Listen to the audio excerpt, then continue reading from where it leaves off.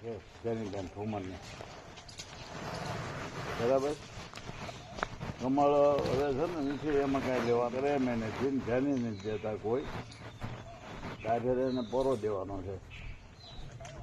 એટલે આ ચૂંટણી આપણે છે ને મહત્વની એટલે છે માધુજીભાઈ કે આની મહિના પંચાયતની ચૂંટણી આવી જાય વાહે દાદાને થોડુંક ગોઠવીને ભેગું કરીએ ને એમાં પણ આપણે કાંઈ ના આવે. એટલે તો સાંજે આવી જાઓ. સાંજે હા કેશરભાઈને ફોન કરો, નકર એમ કરો સાંજે 5 પછી કે 100 જણા ગમે ત્યાં ભેગા થાય અને ત્યાં ભજીયાનો પ્રોગ્રામ રાખો.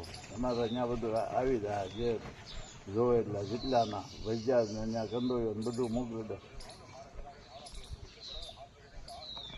હા પણ ત્યાં અહીંયા બેસરભાઈને ઝૂંપડે રાખવું તો ઓલા બંગલા અહીંયા રહે ત્યાં ને ક્યાંક ગમે ને ઘેરે રાખી દો ને.